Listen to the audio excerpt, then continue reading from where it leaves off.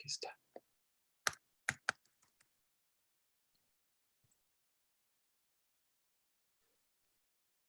Ulises, que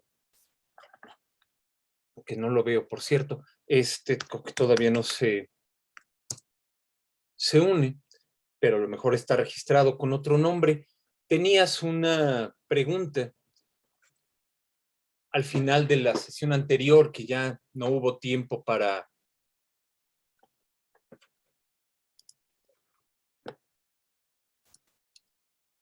atenderla, pero si la quisieras hacer ahorita o alguien más quisiera hacer una pregunta antes de comenzar con la presentación.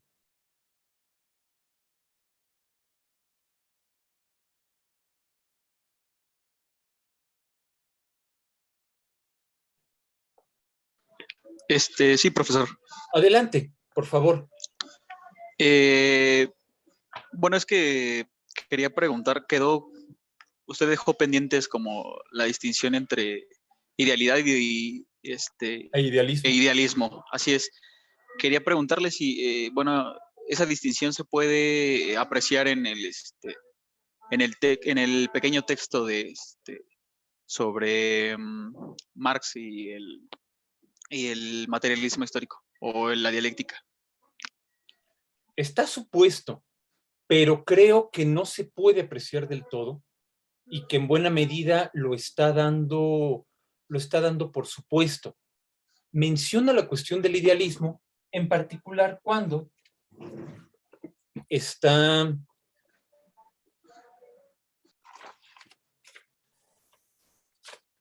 señalando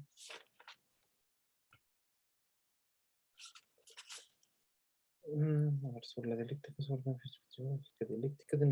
aquí está.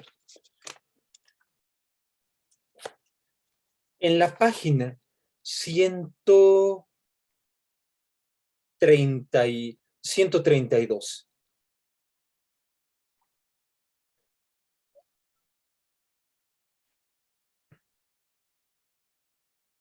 Marx nos ha dejado la mejor y más certera crítica de la dialéctica hegeliana. Nadie como él, en tan pocos escritos, ha penetrado tan profundamente el misterio de esa dialéctica. ¿En qué consiste dicha dialéctica, según Marx? Es una dialéctica del concepto, del pensamiento, el cual está estructurado conforme a categorías lógicas, conforme a juicios y a relaciones entre juicios, silogismos. Esta estructura del concepto tiene que encontrarse en toda realidad. Ese es el idealismo. Es ella la que organiza tanto el mundo de los hombres y sus relaciones entre ellos, como la naturaleza. El movimiento del mundo de los hombres, el hecho de que haya diversas esferas en ese mundo, familia, sociedad civil, los distintos poderes del Estado, las cuales se interrelacionan, se debe a la dialéctica del concepto que estructura el mundo según su propia estructura, introduciendo en él su propio movimiento. Toda realidad es un silogismo, dice Hegel. Ahí está el idealismo. Muy bien. Pero, desde luego, hay elementos que aún, para comprenderlo, que aún no tenemos. El más importante de ellos es el término concepto, que en el caso de Hegel es un término técnico que vamos a ver, aún no lo hemos visto, y que es fundamental para entender en qué va a consistir su noción de idealismo.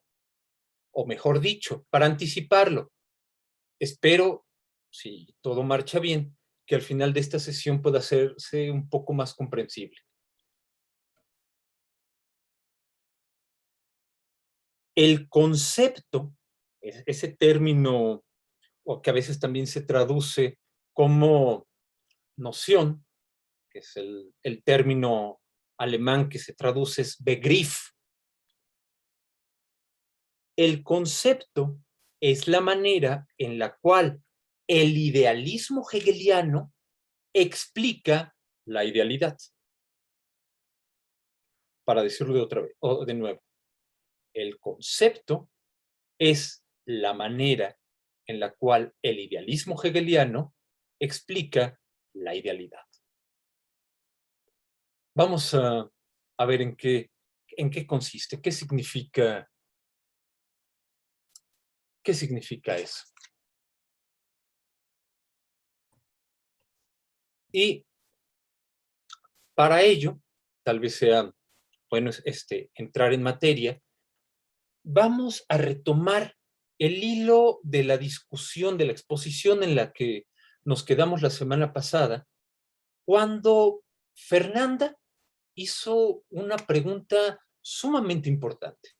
Lo que preguntaba Fernanda era lo siguiente: bien, toda esa normatividad, es decir, todo el conjunto de reglas básicas mediante las cuales Kant explica cuáles son las categorías básicas del pensamiento y cómo esas categorías básicas del pensamiento se distinguen y se relacionan sin por ello revolverse, ¿de dónde obtiene esa normatividad? Es decir, ¿de dónde va a sacar la idea, por ejemplo, de que si nosotros rastreamos cuáles son las categorías implícitas en nuestra actividad de juzgar, seremos entonces capaces de encontrar esa infraestructura normativa, es decir, ese conjunto de principios y de reglas que van a articular los distintos usos de la razón. Razón pura, razón práctica y discernimiento o actividad de juzgar. Bien. Y lo que yo le mencionaba fue el punto que llevó toda la discusión. Para Kant, la idea es, pues la sacamos de la manera en la cual operamos, trabajamos nosotros, seres humanos, en tanto cierta especie que se encuentra en el mundo. De ahí lo sacamos. Lo que tiene que hacer la filosofía es reconstruir, hacer explícitas esas reglas que ya están implícitas desde nuestro punto de vista. Por eso el pensamiento kantiano es una arquitectónica. Arquitectónica no solo en el sentido de que todo esté bien acomodado, bien ordenado, no. Es una arquitectónica en la medida en la cual está mostrando la organización interna de los principios que regulan nuestros juicios en tanto seres humanos, es decir, en tanto seres racionales finitos. Lo que hace la arquitectónica es mostrar o tratar de reconstruir cuál es la organización interna del punto de vista humano. Es decir, cómo está organizada la manera de juzgar de seres racionales finitos que somos nosotros. Eso es lo que está tratando de hacer, es una arquitectónica. Y para tratar de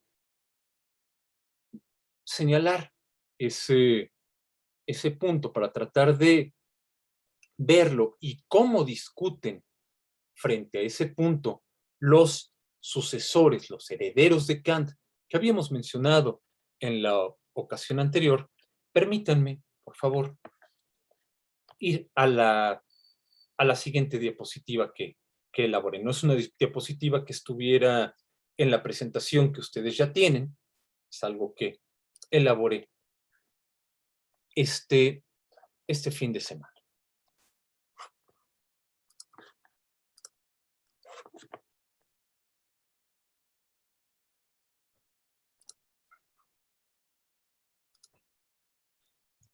No es esto, no es, ahorita vamos a es este, el legado de Kant. Voy a detener el video para hacer más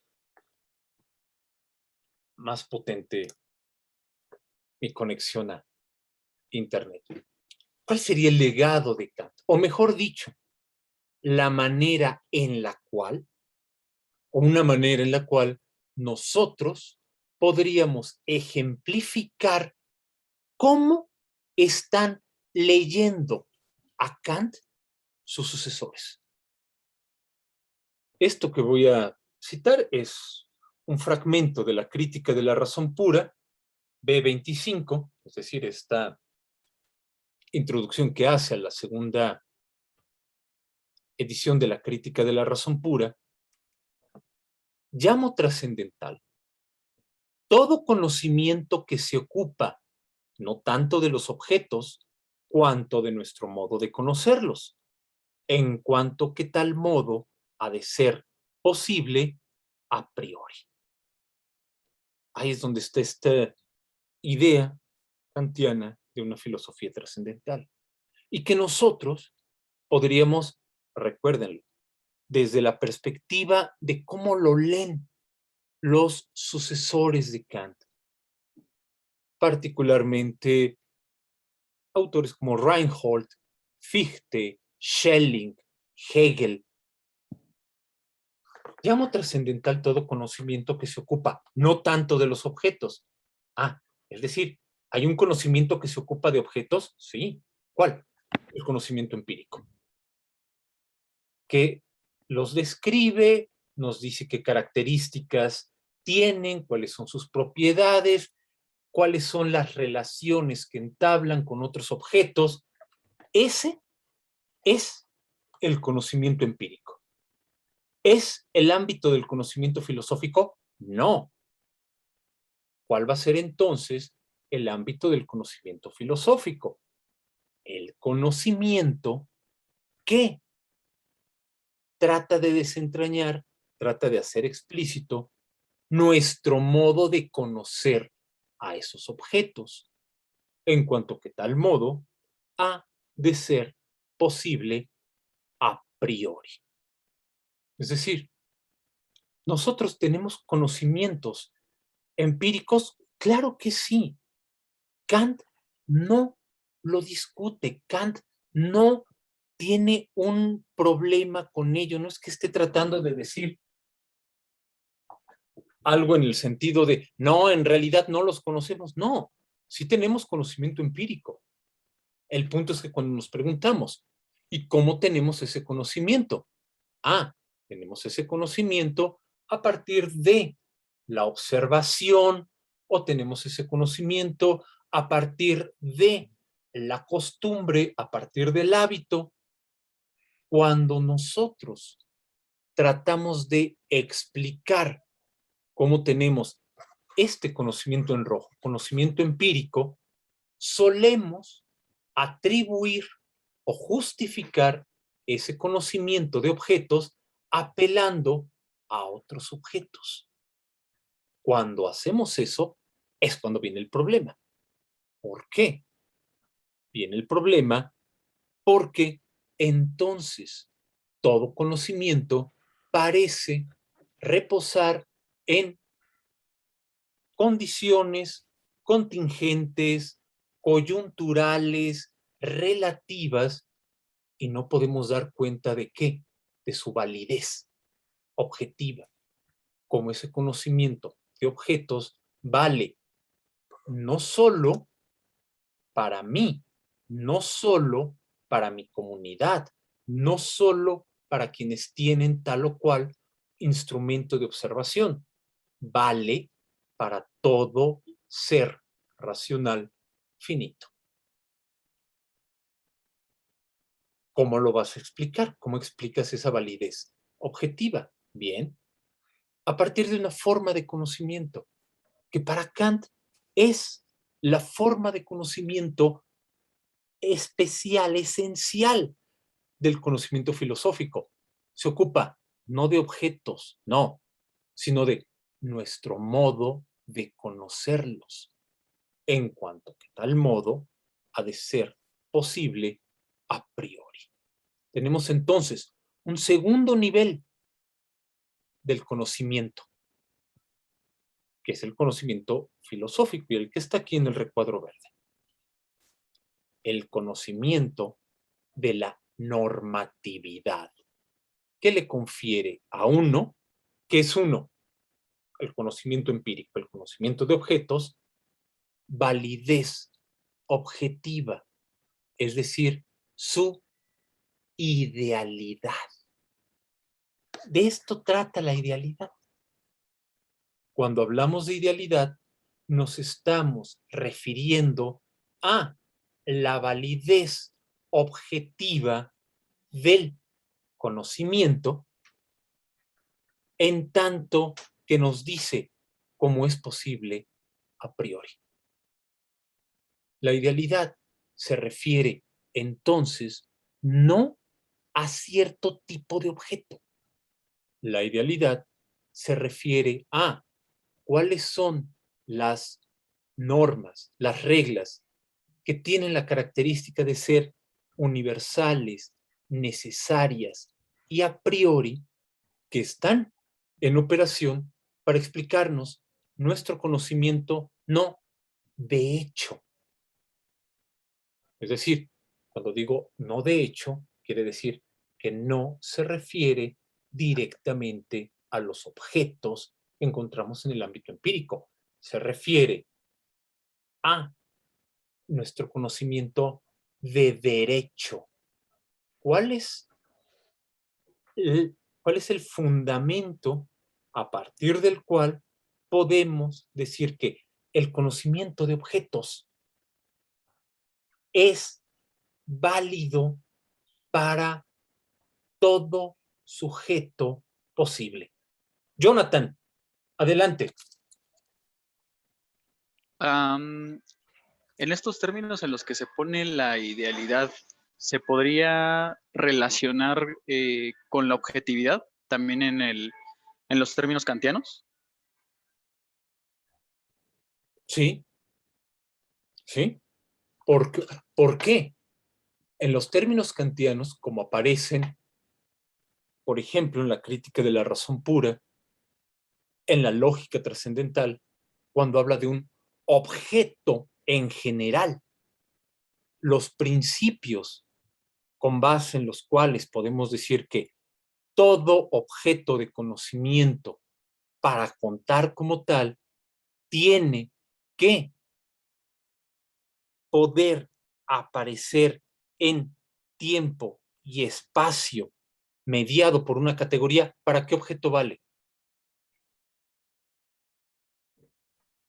Para todo objeto de experiencia posible, ¿no? Para todo objeto de experiencia posible, aunque no haya tenido el contacto, aunque no haya tenido no aparezca en el ámbito de lo empírico. Aquí ahora, todo objeto posible, ¿cuál? Todo tiene que atenerse a esa regla. En esa medida, lo que está poniendo esa regla es la condición ideal a la cual se sujeta nuestro modo de conocer objetos.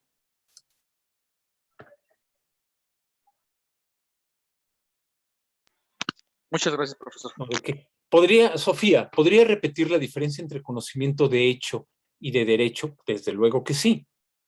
El conocimiento de hecho es el conocimiento de objetos singulares, concretos, que de hecho han aparecido en el horizonte de nuestra experiencia individual.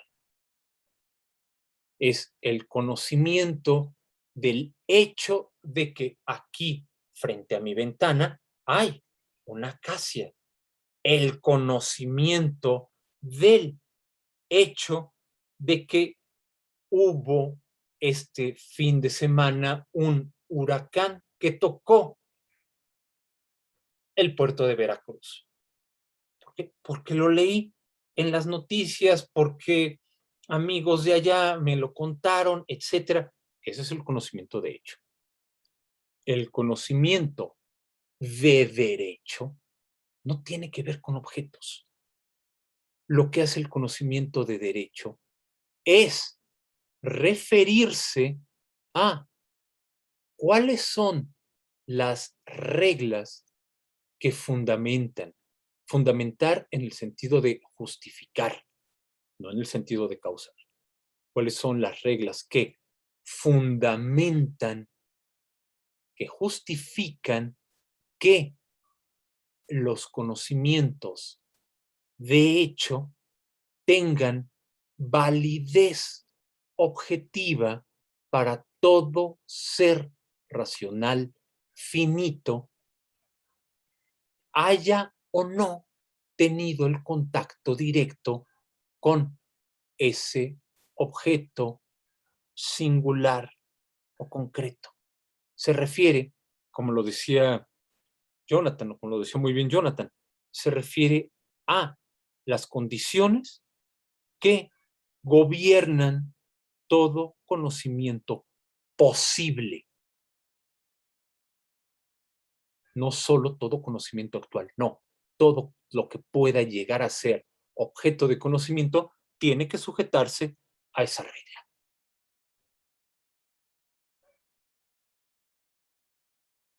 He ahí su carácter ideal. Es ideal en la medida en la cual fija los límites del ámbito de lo posible.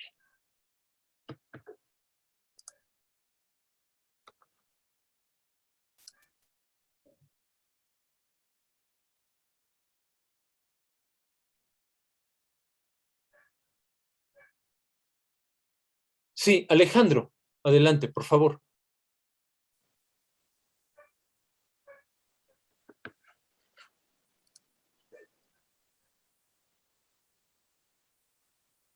Alejandro, habías levantado la mano.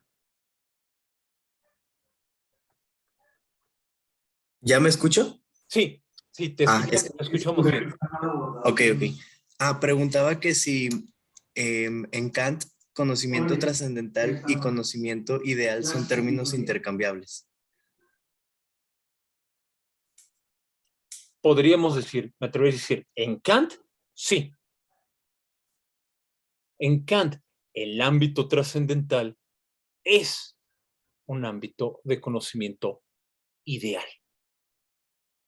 Para citar brevemente y rápidamente un pequeño texto que se llama, de Kant, que se llama Cómo orientarse en el pensamiento.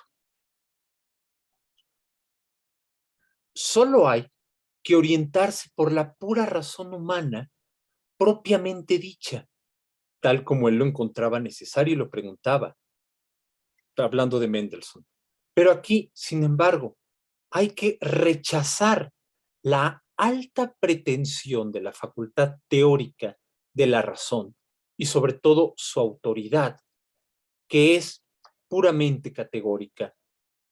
En la medida en que la razón es reflexiva, no se le concederá sino la tarea de purificar de contradicciones el concepto racional común y de defender contra sus propios ataques sofísticos a las máximas de una sana razón.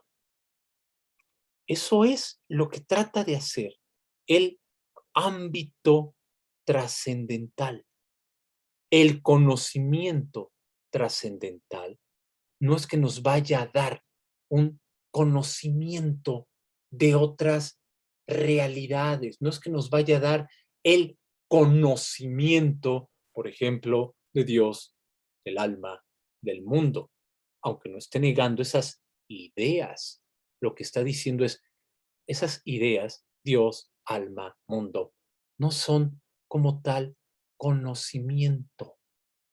El conocimiento que puede darnos la filosofía es justamente el conocimiento de, que es conocimiento reflexivo, de las reglas que rigen nuestro modo priori de conocer objetos.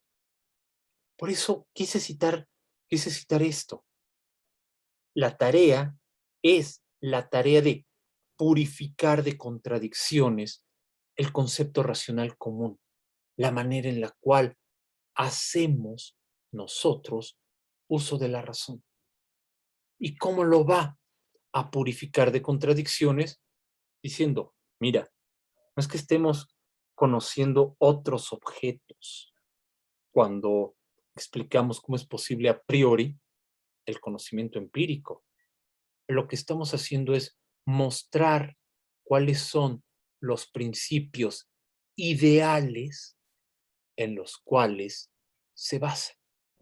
Ese es el ámbito de lo trascendental.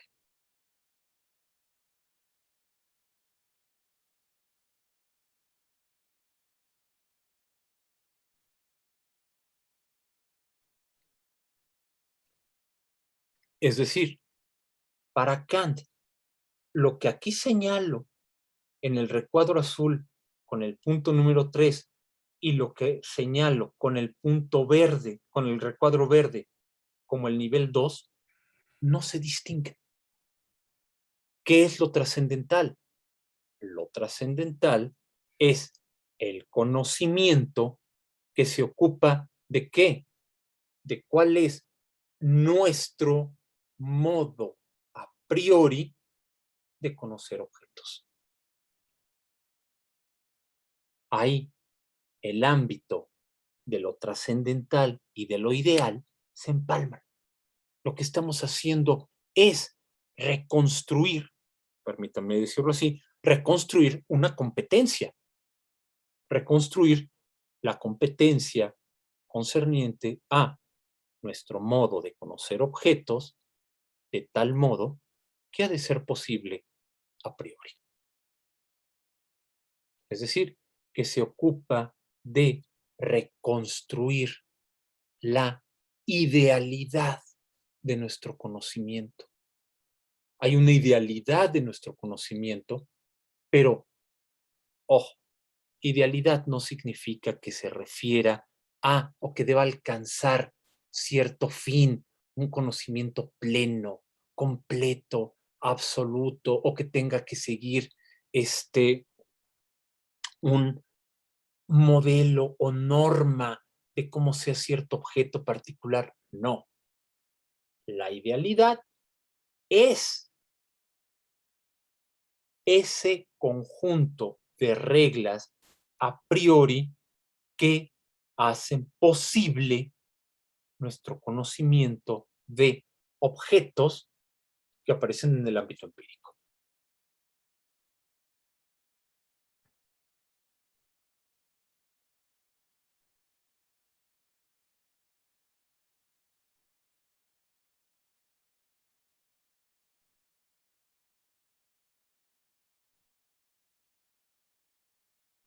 No sé si habría algo más antes de pasar al nivel 3.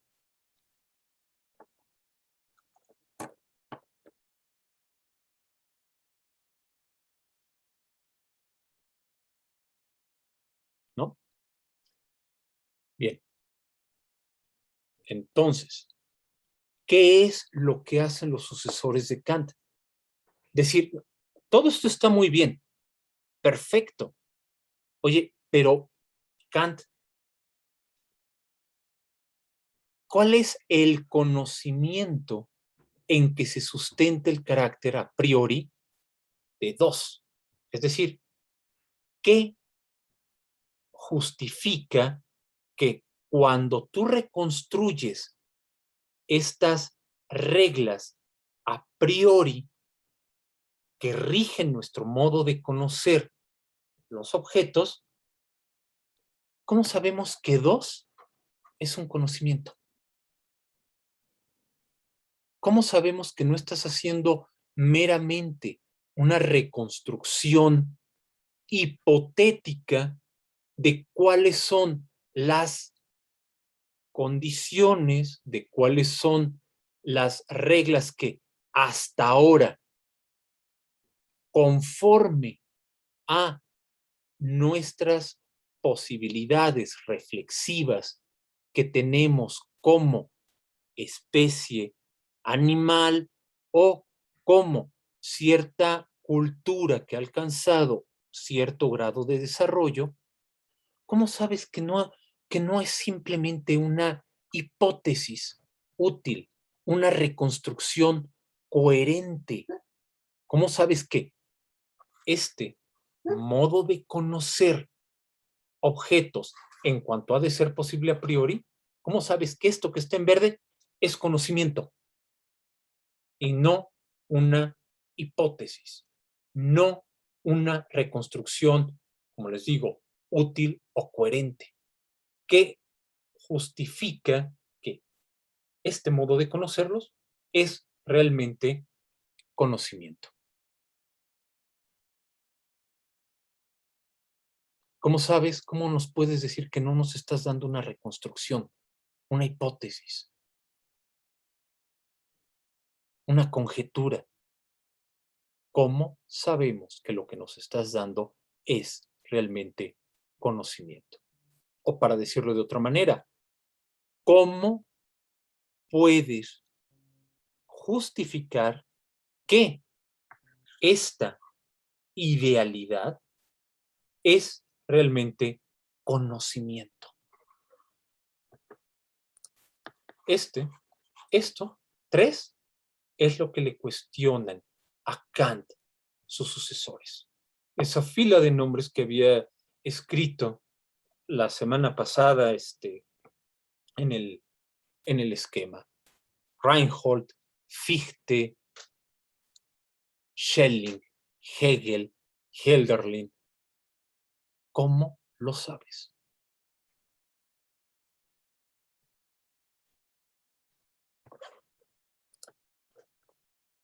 Iván, ¿cuál sería la diferencia entre conocimiento y las otras formas de aprender un objeto?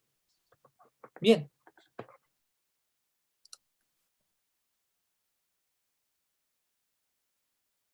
Lo que cuenta como conocimiento es, en el caso de Kant, que seamos capaces de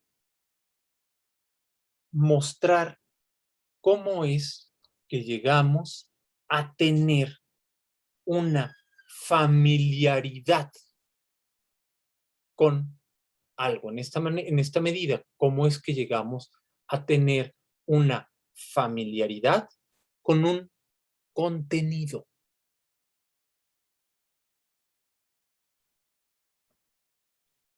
Hay una frase de Kant, o hay una forma de hablar de Kant, o de explicar el conocimiento en Kant, que nos lo explica como una concurrencia de intuiciones y conceptos, una síntesis de intuiciones y conceptos. Y es correcto. Pero, como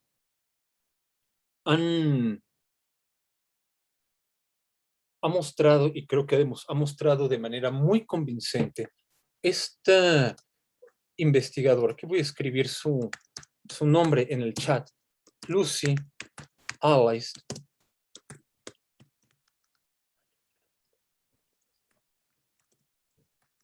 Reality, realidad manifiesta.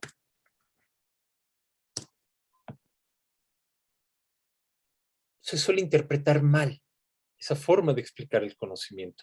¿Por qué? Porque se suele explicar el conocimiento como si la intuición nos diera un conjunto de piezas, de fragmentos del mundo externo que ordena a la manera de un modelo para armar, a la manera de uno de estos juguetes de Lego que tiene distintas piececillas que uno va armando. Dice, así no es. Si nosotros leemos con cuidado a Kant, jamás ha dicho Kant que la intuición lo que nos esté dando son esas piezas, esas unidades mínimas del mundo externo que la intuición,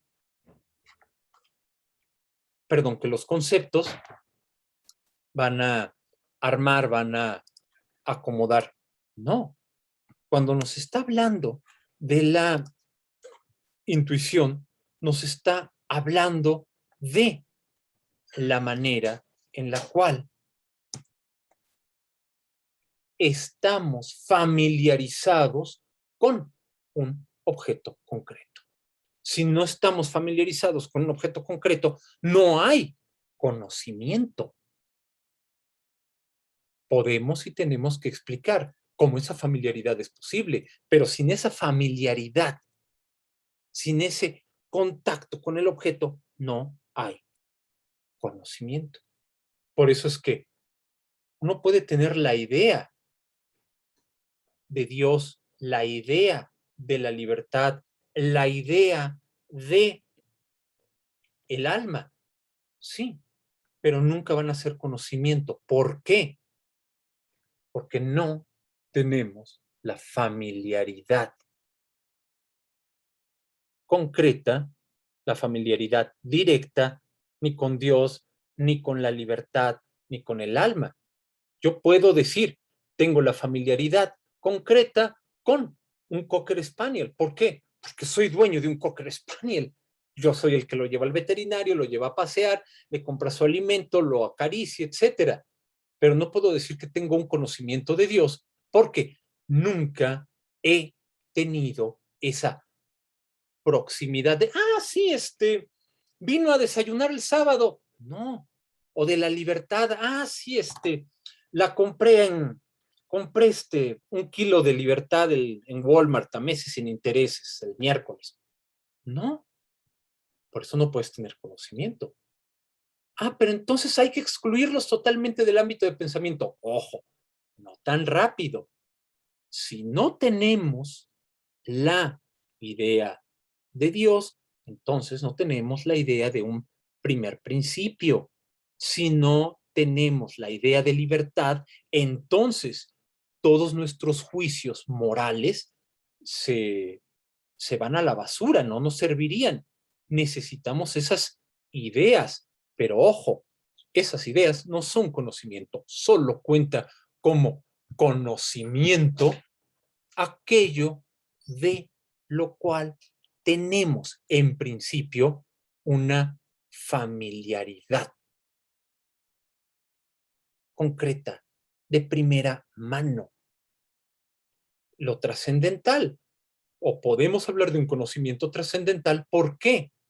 Pues porque ya está él mismo supuesto, ya está él mismo implícitamente operando en todo conocimiento empírico, en todo conocimiento de objetos. Por eso sí vale como conocimiento. Pero es aquí donde, y retomando esa cuestión que le mencionaba a Fernanda a partir de su muy importante observación la semana pasada. A ver, el hecho, así es como hablarían estos sucesores de Kant. A ver, Kant. A partir del hecho de que la reflexión entendida como ese poner atención a cómo tenemos representaciones de objetos en el conocimiento empírico, en el nivel 1, nos muestre que necesariamente, o nos muestre, quiten el necesariamente, eso estuvo mal de mi parte, nos muestre que siempre que tengamos conocimiento empírico, ese conocimiento viene acompañado de ciertas condiciones, de ciertas características. ¿Cuáles? Que todo objeto de conocimiento empírico se presente en tiempo y en espacio a partir de una categoría, lo que hace es mostrarnos una regularidad que vale ¿para quién? Para nuestro pensamiento, para la manera en la cual nosotros, seres humanos que viven en Europa en el siglo XIX, nos aparece como algo inseparable, pero que nos garantiza que así tenga que ser necesariamente, que nos garantiza que esa regularidad sea algo más que una regularidad, sino una condición universal y a priori que le dé validez objetiva a nuestro conocimiento. En breve, que garantiza que esa regularidad de esas reglas, de esas condiciones, sea realmente la idealidad. Es decir, que sea realmente el fundamento de la validez objetiva de nuestros contenidos acerca de cómo son los objetos del mundo empírico. Es por eso que necesitamos un tercer nivel de conocimiento. Eso sería propiamente hablando lo trascendental. Lo propiamente trascendental sería un conocimiento que justificara que nuestro modo de conocer objetos, en cuanto ha de ser posible a priori, no es la reconstrucción reflexiva de constantes o condiciones que hasta ahora han mostrado acompañar a nuestro conocimiento de objetos.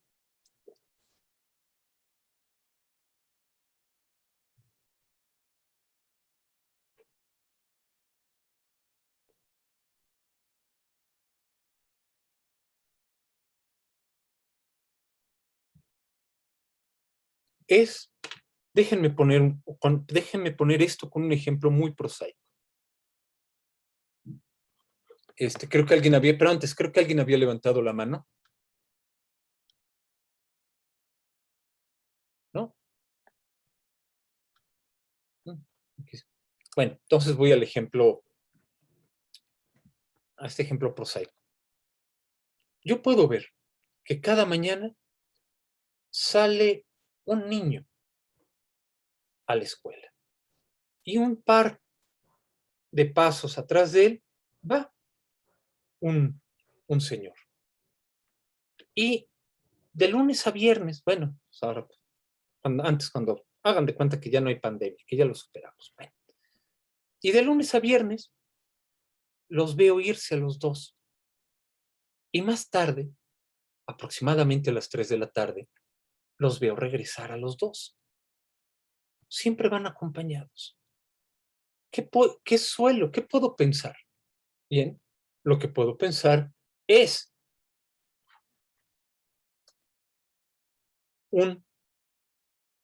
este señor es el padre del niño que va a dejarlo a la escuela y va por él a la escuela.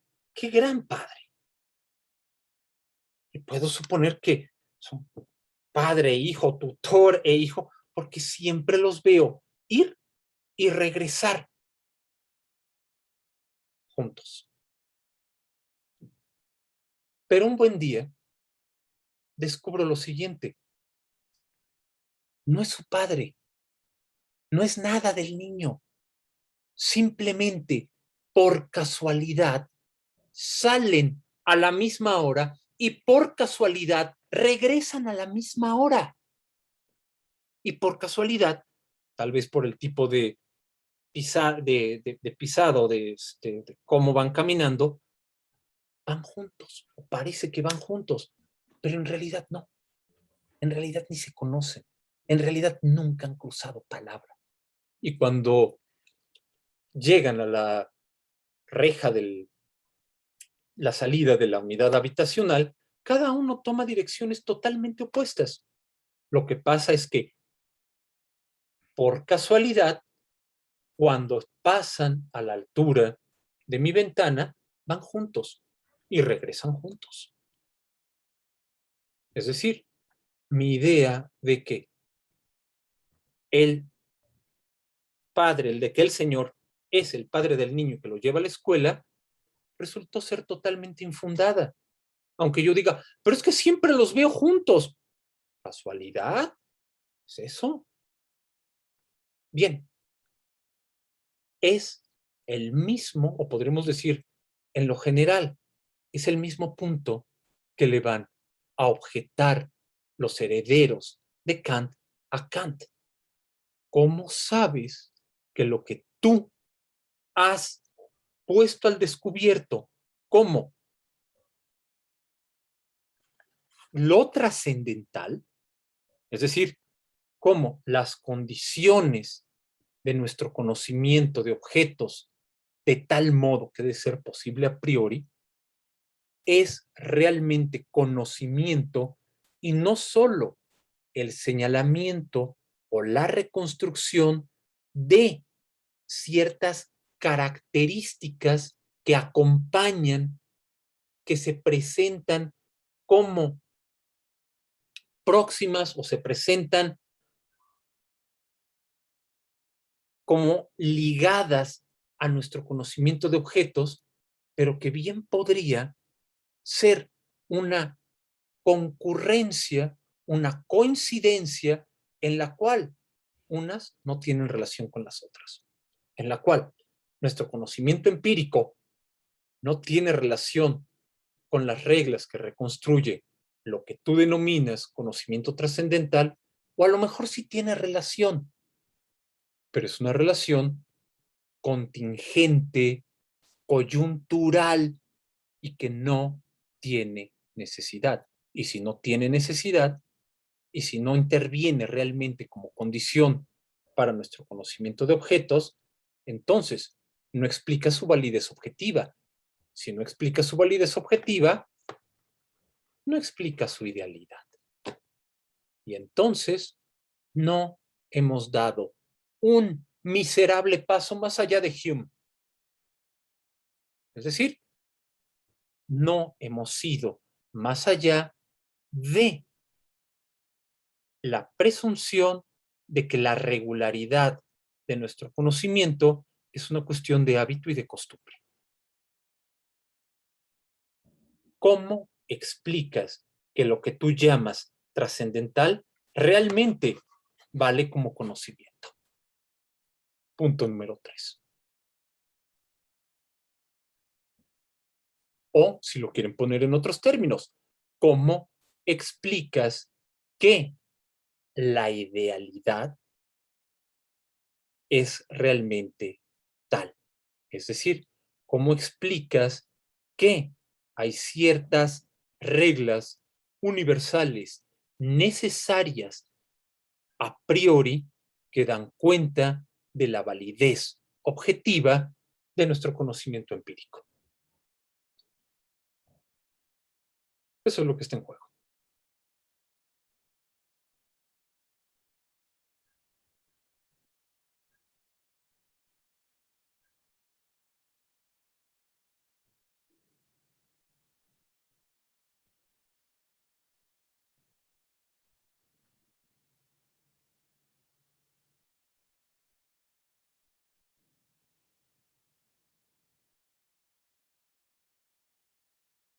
¿Dudas? ¿Preguntas?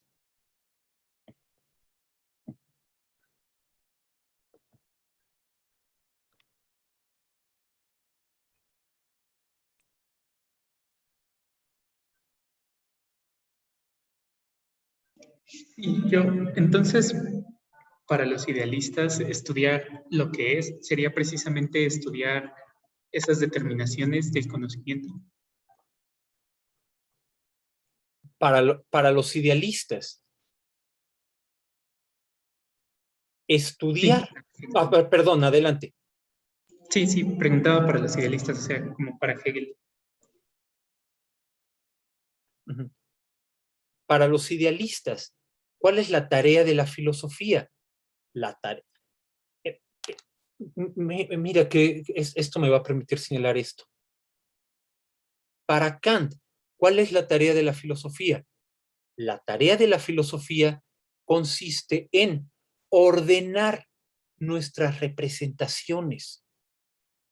Es decir, a ver, tenemos distintas representaciones. Hay algunas representaciones que se refieren a objetos del conocimiento empírico. Hay otras representaciones que se refieren a Dios, la libertad, el alma humana. ¿Qué hacemos? ¿Tenemos que desprendernos de unas y quedarnos solo con algunas? No, no, dice Kant. Lo que tenemos que hacer es darles orden, mostrar a qué ámbito, a qué terreno, a qué dominio pertenecen. Para eso, para mostrar cuál es su orden, es que tenemos que ir distinguiendo esos distintos dominios. Eso, el primer paso es la filosofía trascendental. Lo que hace la filosofía trascendental, ¿qué hace? Es, mira, lo que cuenta como objeto de conocimiento empírico, solo puede entrar en estas reglas, en estos límites. Y entonces la libertad no entra dentro del conocimiento, pero es una representación que necesitamos, porque si no la tuviéramos, no podríamos pensarnos como sujetos libres. Ese va a ser el dominio de la libertad. Qué bien.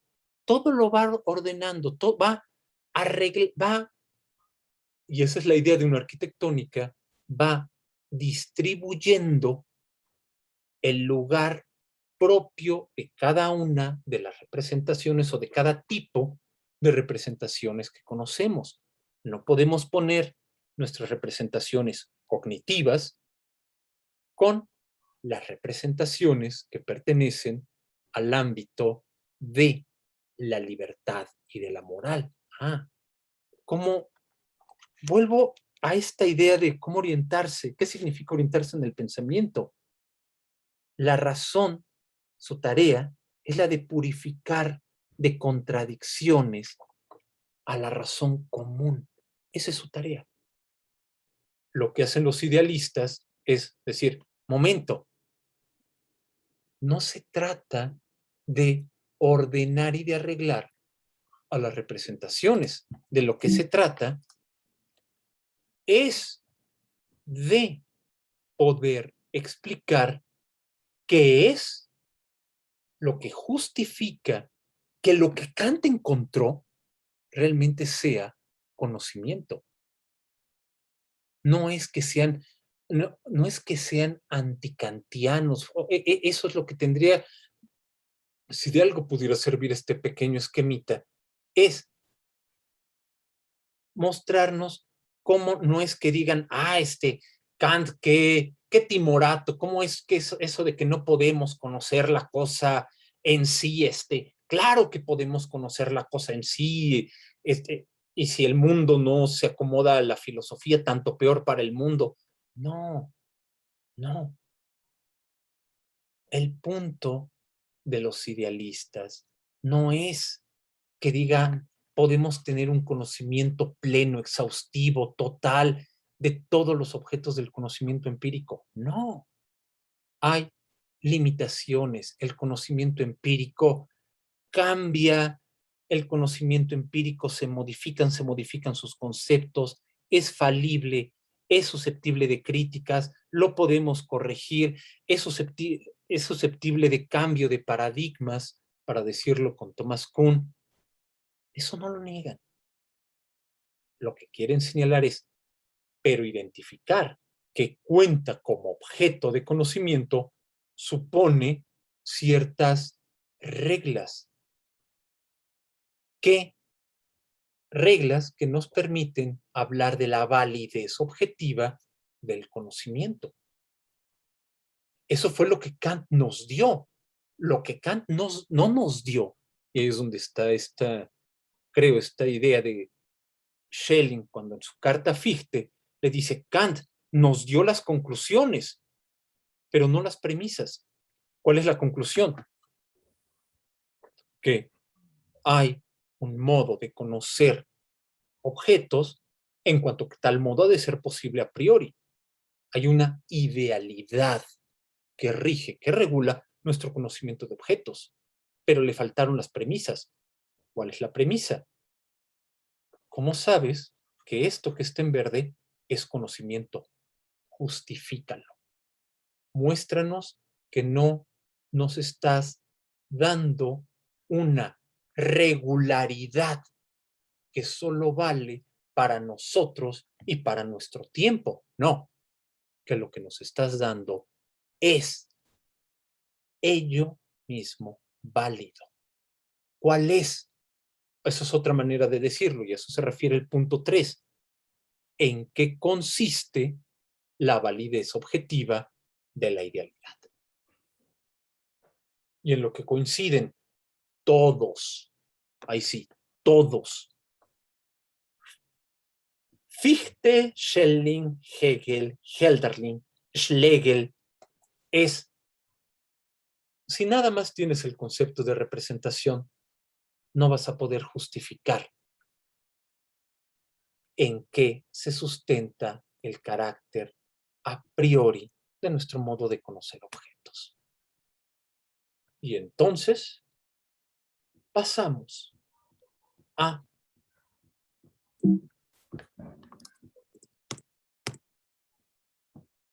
este problema de la representación y la autoconciencia.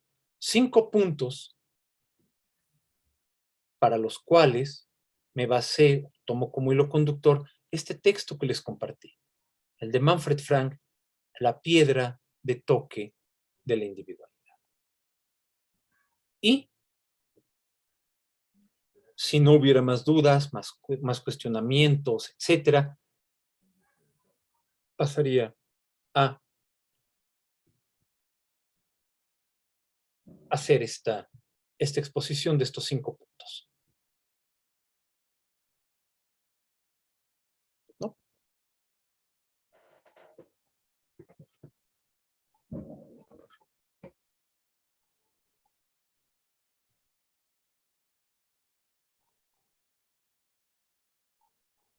Bien, ¿qué sabemos? Sabemos, o al menos es lo que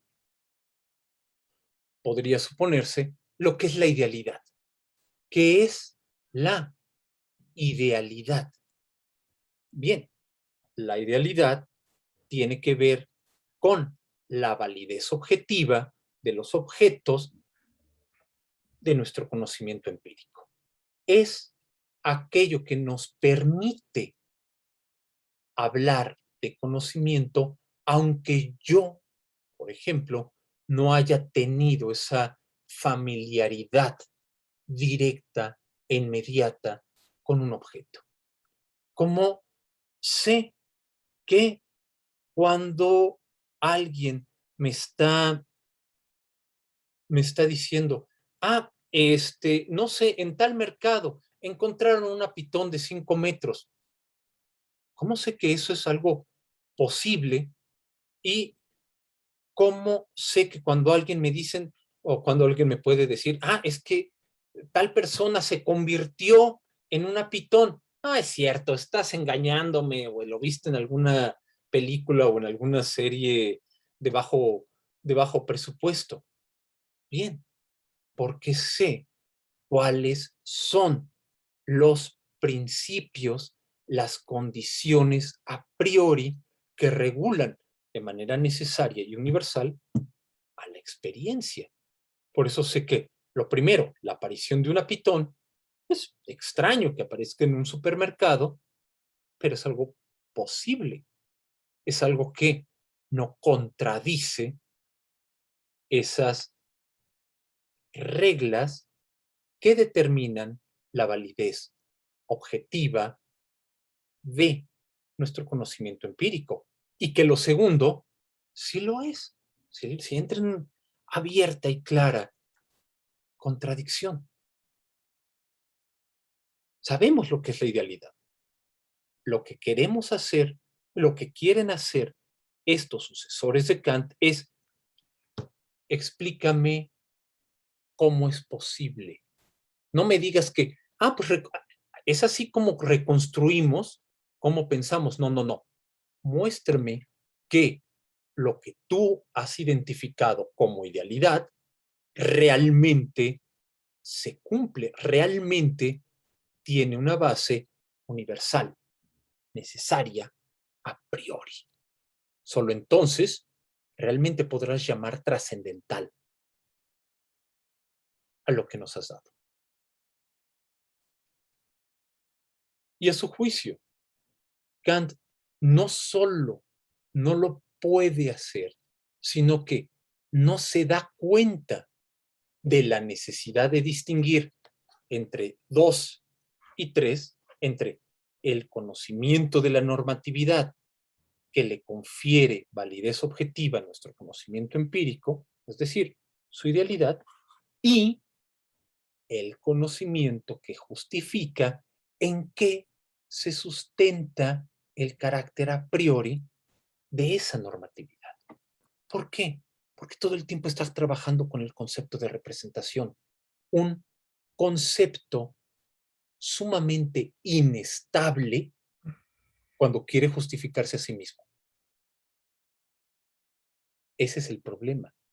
La representación es un concepto sumamente inestable cuando trata de dar cuenta, cuando trata de justificar cómo trabaja. Para eso, vámonos a esta reconstrucción, la cual, ahora sí, si no hay más, si no hay algo que quieran señalar, comenzaría.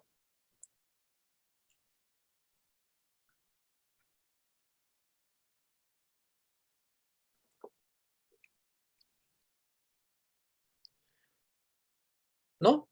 Bueno, entonces, ahí va. 1. La conciencia es una representación. ¿Qué quiere decir eso?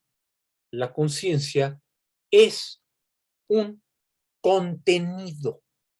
Yo puedo tener cuando tengo la conciencia de que estoy triste, ¿cuál es el contenido? Mi tristeza. Cuando tengo la conciencia de unos audífonos, ¿cuál es el contenido? Los audífonos. En especial, va a tener un carácter peculiar. ¿Cuál?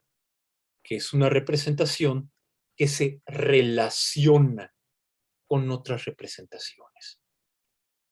Yo puedo ser consciente de que esta mañana vi salir a mi vecino. Ahí hay 2 representaciones. ¿Cuál? La representación en la memoria de mi vecino saliendo del edificio y, en segundo lugar, la representación que tengo ahora de mí mismo recordando ese episodio, recordando cómo salió del edificio. O puedo tener la representación de que olvidé pagar un recibo y esa representación del olvido va acompañada de la representación del recibo que se quedó en la mesa o que se quedó en el escritorio. En esa medida, la conciencia no solo es un estado consistente en tener representaciones. Cuando alguien tiene conciencia, está en un estado. Cuando le digo, oye, ¿tienes conciencia de lo que acabas de hacer? ¿Sabes a quién acabas de insultar? Esa persona está en un estado. Es decir, tiene representaciones. ¿Se acuerda de la persona a la que insultó, se acuerda de los insultos que le dijo, etcétera. Es también una actividad. Es decir, la conciencia es una actividad consistente en explicar cómo se tienen representaciones. La conciencia tiene que decirnos en qué, cómo se tienen esas representaciones. En resumen, la conciencia es la autorreflexividad de la representación. Cuando Kant dice esto de que la razón es reflexiva, es porque está suponiendo que la razón es esta actividad que se pone ante ella misma las representaciones y explica cómo se relacionan entre sí. Es decir, la conciencia, vean, tiene este carácter dual. Es tener representaciones y al mismo tiempo compararlas, contrastarlas, vincularlas. Como lo va a señalar Manfred Frank en este libro, La piedra de toque de la individualidad, en las páginas 34 y 35. Vamos un momento a esas páginas. Comparto pantalla.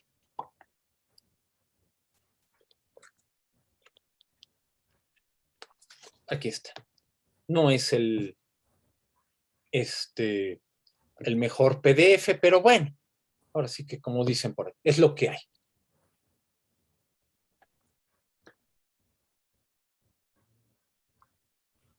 Y aquí. ¿Cómo? Aquí. La representación hace presente lo representado, un objectum. El paso a la subjetivización de la filosofía está dado tan pronto como se piensa la representación como autorreflexiva, como por ejemplo la percepción de Leibniz, o se le atribuye al sujeto como posesor. Es decir, ¿tenemos representaciones? Sí.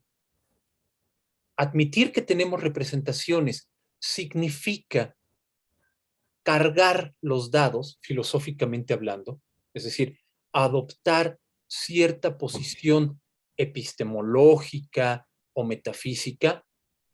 No, por sí solo no. Cuando la tesis tenemos representaciones, se vuelve una tesis filosófica que se conoce como la filosofía del sujeto. Bien, se convierte en una tesis filosófica cuando pensamos a la representación como autorreflexiva. Es decir, cuando suponemos que la representación es capaz de darse cuenta de que es una representación, de que es una manera de referirse a un objeto. Cuando, por decirlo así, le damos vida a la representación, cuando suponemos que no simplemente está ahí, que no simplemente tengo la representación de los micrófonos que percibo o del recuerdo del vecino que salió del edificio o de lo mucho que desearía un café expreso, cuando suponemos que esa percepción, esa memoria, ese deseo son capaces de darse cuenta de que son una percepción o de que es una memoria o de que es un deseo, ahí nace, ahí está el certificado de nacimiento de la filosofía del sujeto. ¿Por qué? Porque tenemos que suponer que hay una instancia central, un polo donde reside, donde se encuentra toda esa actividad. ¿Cuál? El sujeto. Y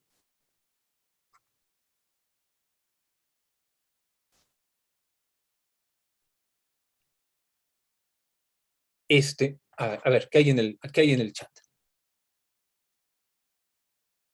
Todo lo que puede albergar representaciones puede o podría tener conciencia.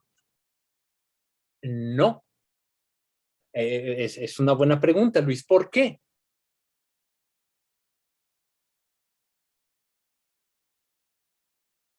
Podríamos nosotros ponerlo así. Una cámara puede albergar representaciones. En la medida en la que saca fotos, alberga representaciones. Está copiando algo, está copiando un objeto, pero ¿tiene conciencia? No. ¿Por qué? Porque una cámara no puede relacionarse activamente con esas representaciones. A lo mejor sí va a buscar el rostro y va a buscar los ojos, puede tener el programa, pero la cámara, por ejemplo, no es consciente de, y en la esquina o en los extremos de la foto ponemos al novio o a la novia en turno porque posteriormente, si es necesario, es más fácil recortarlos y sacarlos de la fotografía. No tiene esa forma de comportarse activamente, de caer en la cuenta de qué es aquello que está representando y cómo lo está representando. Es decir, una cámara, en este caso, no tiene lo que con Leibniz se denomina apercepción. Apercepción es caer en la cuenta de que se percibe, qué se percibe y cómo se percibe.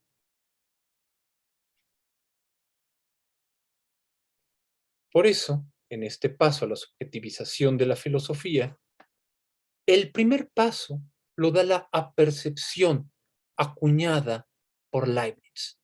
En el parágrafo cuarto de Principios de la Naturaleza y de la Gracia, se define tal apercepción como la conciencia o el conocimiento reflexivo de este estado interior. Kant, que siempre identificó yoidad con autorreflexividad, adoptó esa definición. Es decir, Kant toma la idea de que toda experiencia es, en principio, reflexiva. Otra manera de decirlo, toda experiencia es, en principio, aperceptiva. Es decir, toda experiencia, que es sinónimo de decir, toda representación es, en principio, capaz de darse cuenta de que es una representación. La representación que se tiene en la percepción, en la imaginación, en la memoria, todas ellas son capaces de caer en la cuenta de que son una percepción, de que son una memoria, de que son una imaginación. Por eso, para Kant, podemos reconstruir sus reglas. Por eso, y era lo que le comentaba a Fernanda, ¿cómo sabemos que esa normatividad o de dónde podemos saber de dónde salió esa normatividad? Kant diría, bien, porque es nuestra propia experiencia, en tanto autorreflexiva, la que nos lleva, la que nos remite del objeto que aparece a cómo aparece. No solamente percibo unos audífonos, percibo que, o mejor dicho, soy consciente de que los percibo. Es decir, soy consciente de que me refiero a los audífonos no como algo que soñé, no como algo que imagino, no como algo que recuerdo, no como algo que deseo, no, sino como algo que efectivamente estoy percibiendo. La filosofía no tiene sino que rastrear esa actividad que ya está implícita en todos y cada uno de nuestros actos de representación. Luis, estoy en el chat, pero si invertimos la premisa, es decir, todo lo que tiene conciencia necesariamente alberga representaciones, esa está buena. Sí, eso sí lo podríamos decir. Es lo que, siguiendo los pasos de Leibniz, adopta Kant. Todo lo que tiene conciencia necesariamente alberga representaciones. Y damos un pasito más.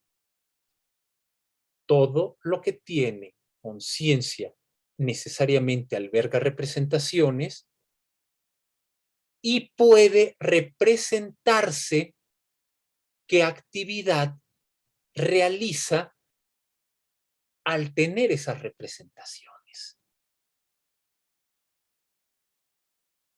Es decir, con esto último, todo lo que tiene conciencia necesariamente alberga la posibilidad de la autoconciencia. Para decirlo, lo decimos de otra manera o lo decimos otra vez. Todo lo que tiene conciencia necesariamente alberga representaciones y se representa cómo trabajan, cómo operan y se distinguen esas representaciones. Ahí está la autoconciencia. Ahí está la normatividad. La normatividad no es algo, a juicio de Kant, que el filósofo le imponga como si fuera una especie de juez o de tirano, más que un, pongámoslo así, como si fuera un tirano, como si fuera un déspota la experiencia de no, ahora solo vas a tener esto. No, el filósofo lo que hace es comportarse a la manera de un gramático. Mira, ¿tienes estas representaciones? Sí. No las cambies, simplemente hazte consciente de cuál es la actividad que ya está contenida, que ya está supuesta por estas representaciones. De ahí sale la autoconciencia, de ahí sale la normatividad de nuestra experiencia. O, ya lo tendríamos que poder decir así, de ahí sale la idealidad. Nuestra experiencia tiene una validez objetiva en la medida en que nuestras representaciones contienen dentro de sí o nos remiten a la actividad que las hace posible.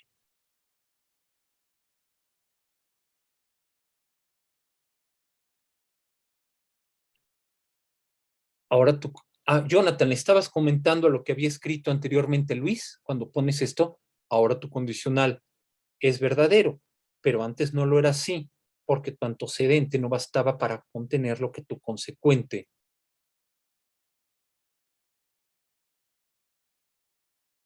Si estás Sí, comentando, sí, ajá.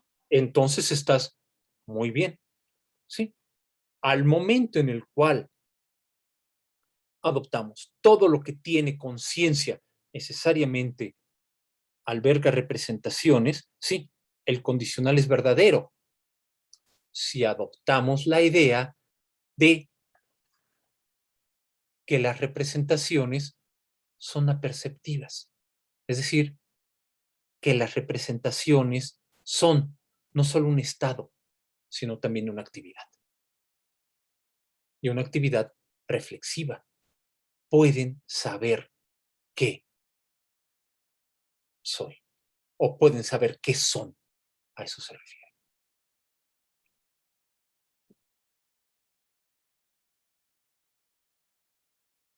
¿Hasta aquí vamos bien? Si hay dudas, si hay comentarios, Joel, adelante. Una duda, cuando se refiere a conciencia, ¿está metiendo ahí mismo autoconciencia? Ese es el punto. La autoconciencia, la conciencia implica la autoconciencia. Entonces, podría referirse no solo a humanos, ¿no? Por llamarlo así, o sea, sino autoconciencia de cualquier otro ser vivo. No lo sé, francamente. Hay posiciones que apuntan en el sentido de lo que estás diciendo, sobre todo aquellas que señalan que Kant se cuida mucho de no utilizar siempre el término ser humano, el término hombre, el término cuando no siempre habla de Menschen, en sentido de humanidad, sino que habla de ser racional finito. Y hay muchos que dicen, bueno, un ser racional finito en un momento dado puede ser un ser que no es necesariamente un ser humano. Pero si consideráramos cómo el sistema kantiano, de un modo u otro, tiene que incorporar una antropología, porque así lo hace, no porque yo le esté diciendo y tienes que, no, sino porque él así lo hace, podríamos decir, no, él está pensando en seres humanos. Ok. Pero sí, esa es una cuestión a debate. Podríamos decir que podemos usar conciencia para referirse a otras conciencias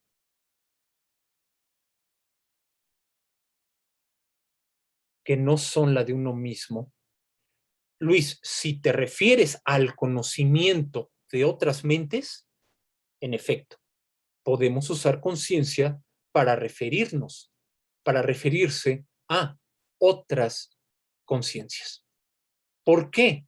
Porque aunque yo no vea qué tiene, qué contenido, qué representaciones, en qué estados está, ¿qué es lo que puedo decir? La actividad es la misma. No sé qué estados tenga. Lo que sé es que las representaciones que tenga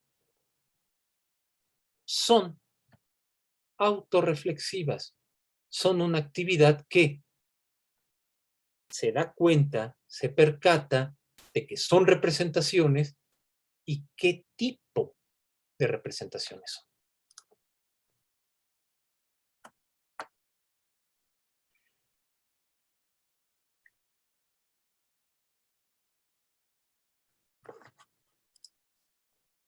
Por ejemplo, saber que mi perro tiene conciencia, se percata de que ya llegué a mi casa.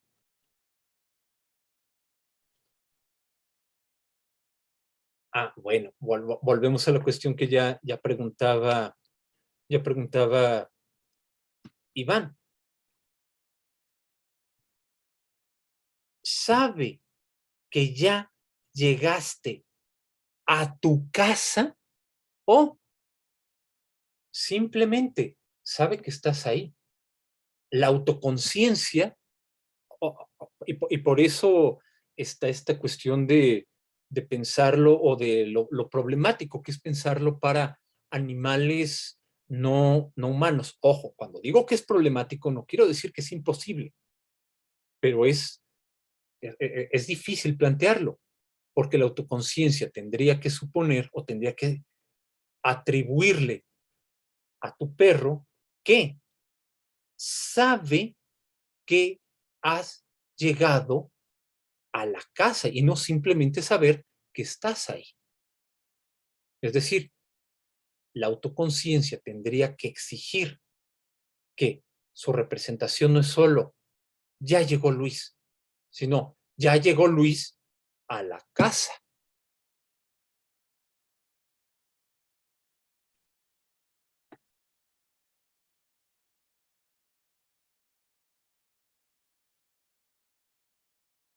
Ah, es que no había visto. Bueno.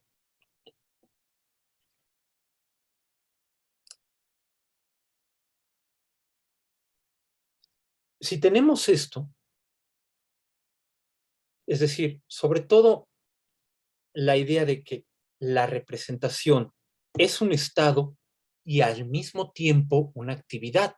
Por eso, como lo dijo bien Joel Iván, podemos decir, la conciencia en principio incluye ya a la autoconciencia.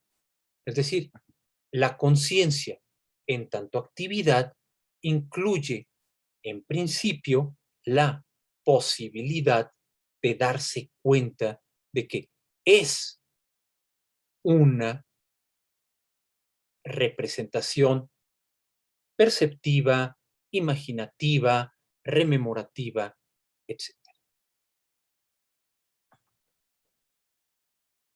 Voy entonces al segundo punto. Vuelvo a compartir pantalla a esta presentación. La conciencia unifica las representaciones y da cuenta de esa unificación. Esa doble actividad es el yo. Es decir, cuando se habla de el yo, no es que sea, maldita filosofía egoísta, sí, tú, siempre primero tú. No, no. El yo hay que entenderlo fundamentalmente como, no como el yo individual, no como el yo individual de Sebastián o el de Sofía o el mío. No, el yo hay que entenderlo como esta doble actividad. Unifica las representaciones y nos dice de qué son esas representaciones, a qué objetos se refieren, de qué tipo son. Hay algo en el chat. Omar, pero podemos asegurar que el perro nos ve como otro yo y lo que es la casa, no lo sabemos. ¿Por qué? Porque no tiene uso de conceptos.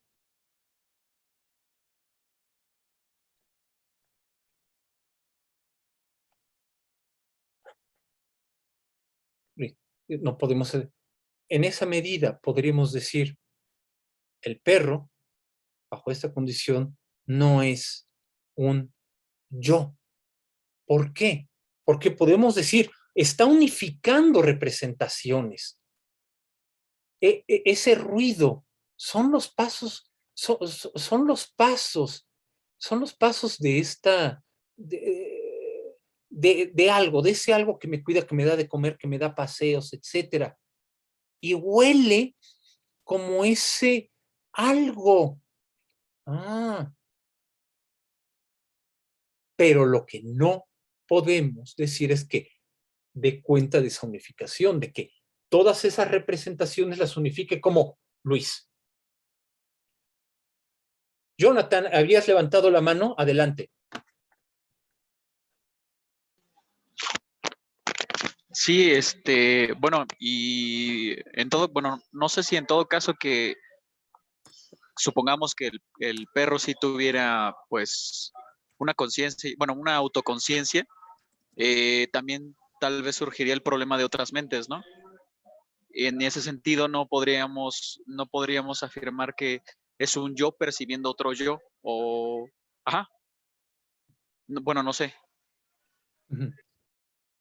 Por eso no podríamos pensarlo, sí, como un yo vinculándose con otro yo.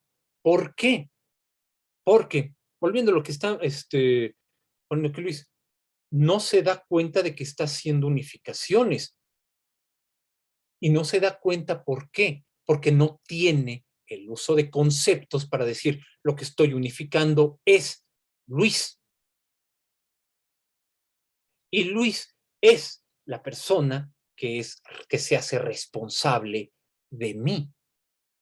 La idea de ser un yo en esa medida no es solo tener representaciones, es poder unificar esas representaciones y dar cuenta de esa unificación, poder explicar cómo y por qué está haciendo esa unificación y no otra.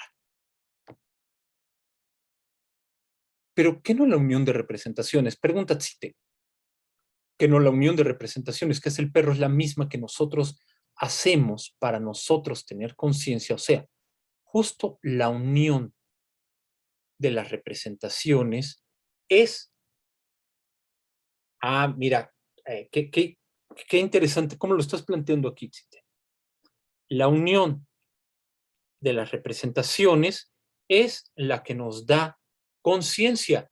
Sí, efectivamente, nos da conciencia, pero no nos da por ello autoconciencia. Podemos tener un montón de representaciones unidas.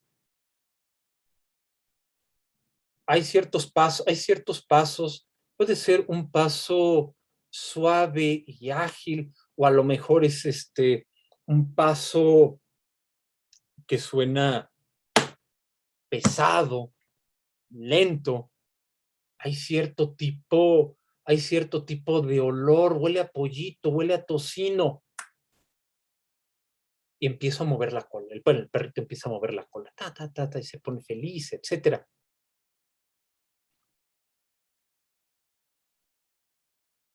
Pero no, y efectivamente, un minuto después se abre la puerta, es Luis, y se va encima, feliz, contento, pero no puede decir, soy consciente de que todas estas representaciones se refieren a algo específico, a Luis.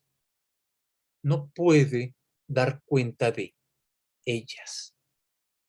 Eso que ahorita estamos discutiendo es el problema para que vean que no es algo que simplemente salió de manera casual aquí este lunes 23 de agosto, sino cómo implica lo que para el periodo fue un problemón filosófico. Es el problema del debate entre idealismo y dogmatismo, o, más en particular, la controversia sobre el ateísmo. ¿Por qué? Bien.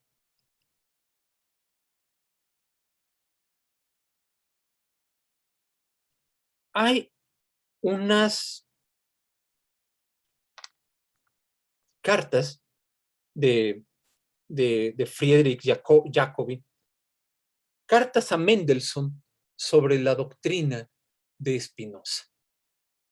¿Y por qué son importantes? Bien, porque según esto, ahorita vuelvo a lo del chat, que se está poniendo bueno, según esto, Lessing, uno de los principales representantes de la Ilustración alemana, le habría confesado a Mendelssohn, casi en su lecho de muerte, que él, Lessing, era un espinosista.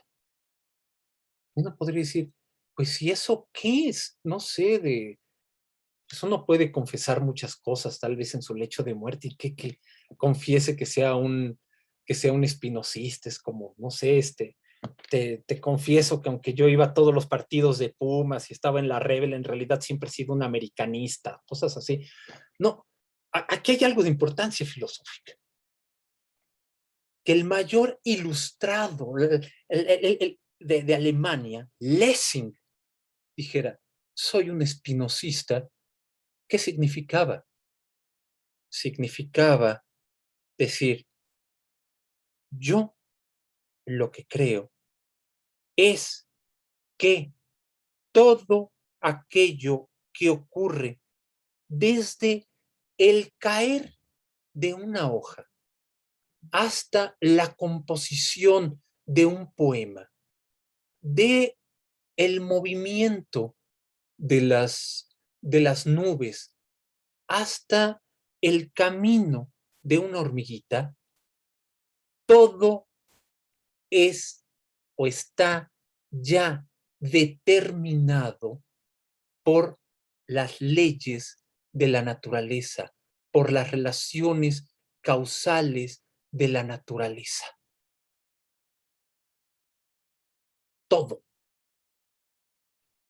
Y la conciencia, bien, la conciencia no sería sino una manifestación más de esa naturaleza.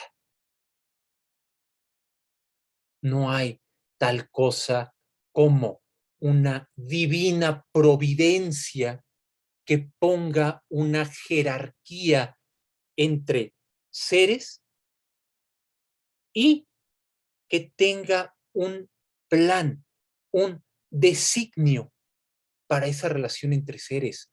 No, todo es la causalidad de la naturaleza, esa sustancia única en la cual nosotros no somos sino una expresión de ella, un modo finito, una modificación finita de la sustancia, para decirlo en términos espinocistas. Pero y entonces todo lo que usted como ilustrado, lo que él como ilustrado habría dicho de la necesidad de tomar conciencia y de ser conscientes de nuestra libertad, bueno, con algo los tenía que entretener, ¿no?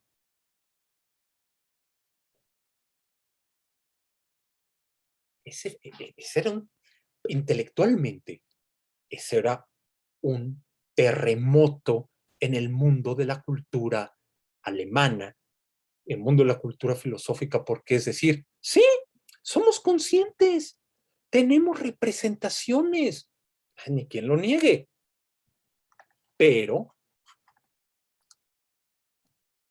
la manera en la cual somos conscientes de las representaciones no nos dice nada verdadero, no nos entrega un conocimiento de cómo es que conocemos objetos o de cuál sea el orden de nuestra experiencia. No. ¿Quieres entenderlo? ¿Quieres saber cómo es que conocemos objetos? Bien, conoce cuál es la causalidad que nos rige al momento en el cual entramos en contacto con objetos. No lo busques en tu conciencia, búscalo en la causalidad que rige a la naturaleza. Ese era el punto. Ser espinosista era tanto como decir, sí, hay conciencia, pero hay muchas otras cosas. ¿Tenemos conciencia? Sí, pero también estornudamos, también hacemos la digestión. Y no, del mismo modo en el cual no puedes explicar La experiencia a partir del estornudo, a partir de la digestión, no la busques en tus representaciones. Vean qué trancazo es. Es decir, no puedes buscar tú en tus propias representaciones los límites que gobiernan a nuestra experiencia. En ninguna representación, no. Y entonces en mi representación de la libertad, en la representación que tengo de mí mismo como un alma individual, no, hay menos. Eso está al nivel de la imaginación para pensar en el primer y más básico nivel de conocimiento que plantea Spinoza. No, no, eso ni ciencia intuitiva, perdón, eso ni al entendimiento llega. Ese es el problema. Por eso, ahora sí, vuelvo a lo que están comentando en el chat. Vuelvo a este diálogo, cité, Luis, pero ¿qué no la unión de representaciones? ¿Qué es el perro? ¿Es la misma que nosotros hacemos nosotros para tener conciencia? Para decirlo con Spinoza, sí, sí. No podemos suponer que los seres humanos seamos un imperio dentro de otro imperio. La unión de representaciones es la que nos da conciencia. Sí, no hay, no tengo objeción con eso. Después viene Luis. Cité, nos da conciencia, pero no necesariamente nos da autoconciencia. En efecto, y podríamos seguir en este tono espinosista. Sí, no necesariamente nos da autoconciencia. Pero, ¿saben qué? Diría el Spinoza, al menos el Spinoza que, si se dan cuenta, toda gran época en la historia de la filosofía, es decir, gran época en el sentido de cuando se ponen buenas las discusiones, etcétera, toda época ha tenido su Spinoza. La tuvo el idealismo alemán, la tuvo posteriormente el estructuralismo francés cuando discutió con la fenomenología. Es como si quieres saber que la discusión filosófica se está poniendo interesante, va a resurgir Spinoza. ¿Por qué? Bueno, quién sabe, eso nos llevaría a otro punto. Solamente era por así que anecdótico. Pero el punto es, volviendo a ese Spinoza,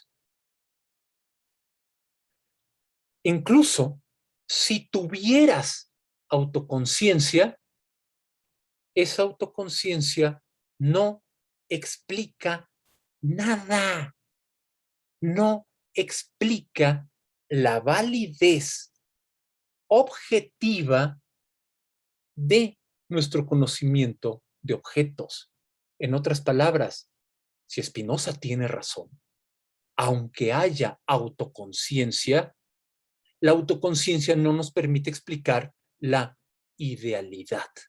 Es decir, no nos permite explicar el hecho de que tengamos nociones y conceptos comunes para explicar nuestro mundo. Lo que quiere hacer Kant, y ahí es donde todos sus sucesores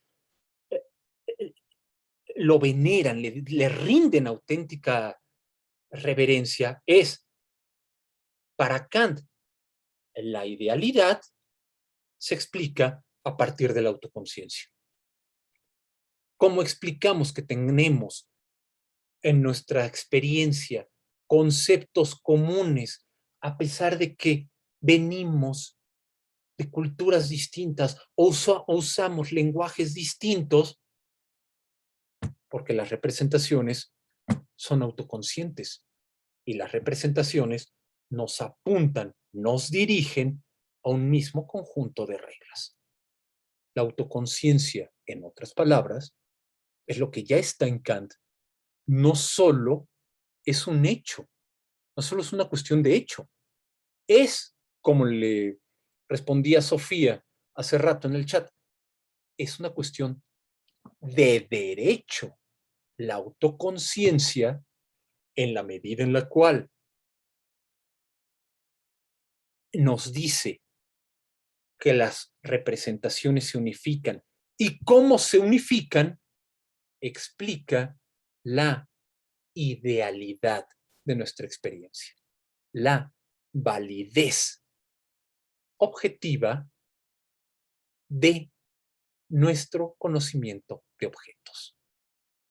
Lo que van a decir los idealistas alemanes es, pero si no logras justificar eso, si no logras mostrar que es conocimiento y no solo una hipótesis coherente, Spinoza nos come el mandado. Es decir, Spinoza nos muestra, sí, de acuerdo, quédate con tu representación de la autoconciencia, quédate al nivel de la imaginación, con esa risita tan peculiar que tenía Spinoza y que, según cuentan sus biógrafos, desquiciaba a sus contemporáneos. ¿Quién sabe qué tipo de risita burlona sería? Quédate ahí con tu imaginación, ahí jugando con tu autoconciencia. Cuando quieras hacer filosofía, vas a dejar de lado la autoconciencia.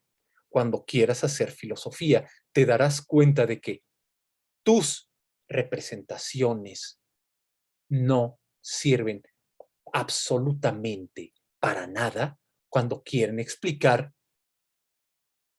la idealidad, cuando quieren explicar el hecho de que tengamos conceptos, nociones comunes provistas de validez universal y necesaria para explicar nuestra experiencia.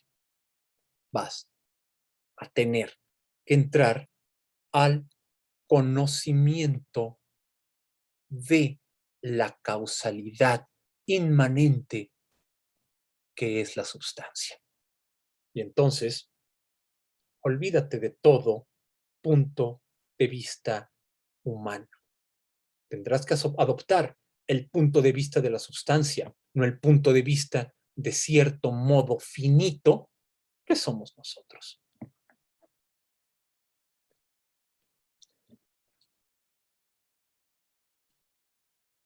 Tener conciencia implica autoconciencia. Si te estás perdiendo, tener conciencia implica autoconciencia. Sí, tener conciencia implica, en principio, la autoconciencia.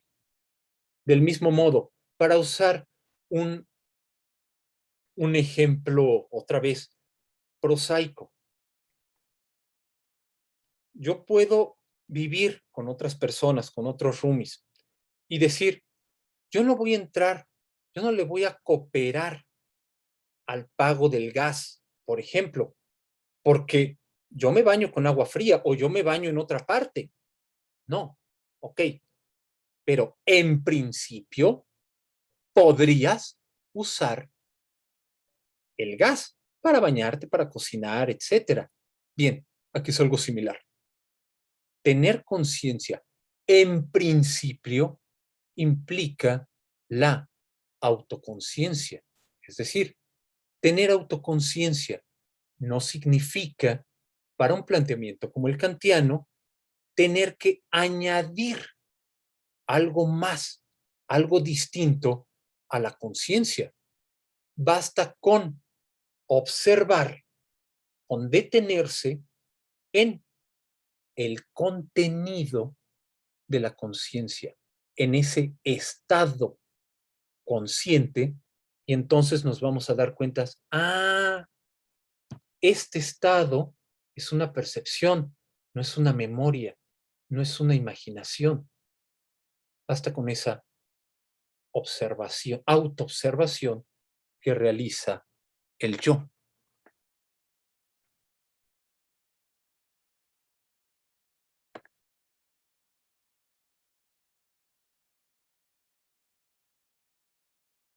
Así ya tendría sentido para decir que, en principio, los animales no humanos no tienen autoconciencia. Bien, ¿por qué? Porque no pueden caer en la cuenta de qué es aquello que están haciendo. Véanlo, por ejemplo, en el caso, cómo, cómo, cómo un, cómo un perro puede ver otro perro en la televisión y ponerse a ladrar, ponerse furioso, etcétera. Y hasta nos puede dar gracia. Ay, jajaja, mira, le está ladrando a este bolillo que sale en la, bolillo era el nombre de un perrito, que sale en la, o a Lassie, mira, le está ladrando, jajaja. En cambio, ¿qué pasa cuando uno está viendo, por ejemplo, una película de suspenso, de terror, y grita, ¡cuidado! ¡Atrás! ¡Ahí viene el asesino! ¡Voltea! ¡Solo voltea! Hasta nos podemos molestar, podemos decir, Jorge, no seas tonto, es una película, no te van a escuchar, y si te escucharan, son actores. Es decir, cuando me reprochan, es, Jorge, date cuenta de que lo que estás percibiendo no es una situación real de asesinato donde los participantes te podrían escuchar. Date cuenta de que lo que percibes es una película, no un asesinato real. Ah, nos da risa el perrito. ¿Por qué? Porque él no puede darse cuenta de que no está percibiendo un perro real. Lo que está percibiendo es una imagen en la pantalla. Soy yo viendo el americano. Sí, cuando pierden los cuervos, en mi caso también así me pongo. Bueno, a eso se refiere que en principio toda conciencia es autoconciencia porque en principio no solo tenemos estados conscientes, sino que somos capaces de observarlos y entonces decir en qué consisten esos estados, qué tipos de estados son, sin tener que haber añadido algo más, sin haber tenido que añadir un método o haber tenido que... No, simplemente es que la conciencia se observe a sí misma. Y la apuesta kantiana es cuando la conciencia se observa a sí misma, va a poner al descubierto la explicación de la idealidad que ya trabaja cuando tenemos conocimiento de objetos.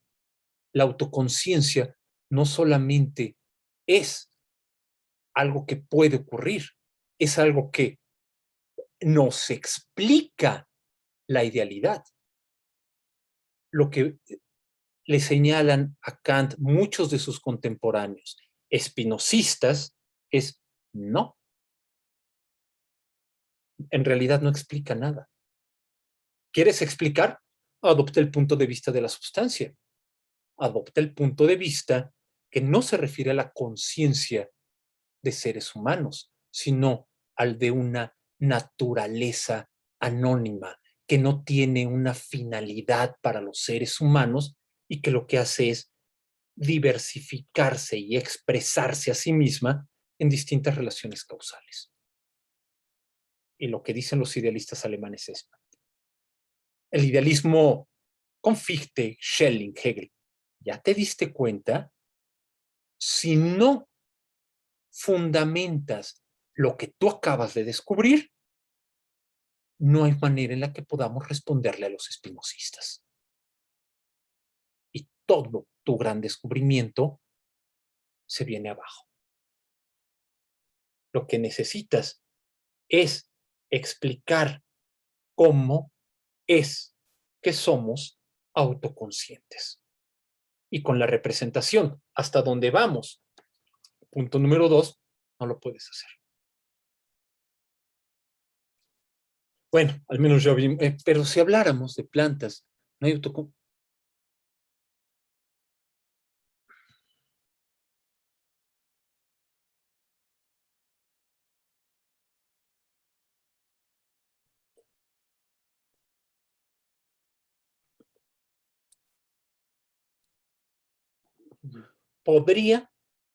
Podría ser esto que estás planteando, Mar,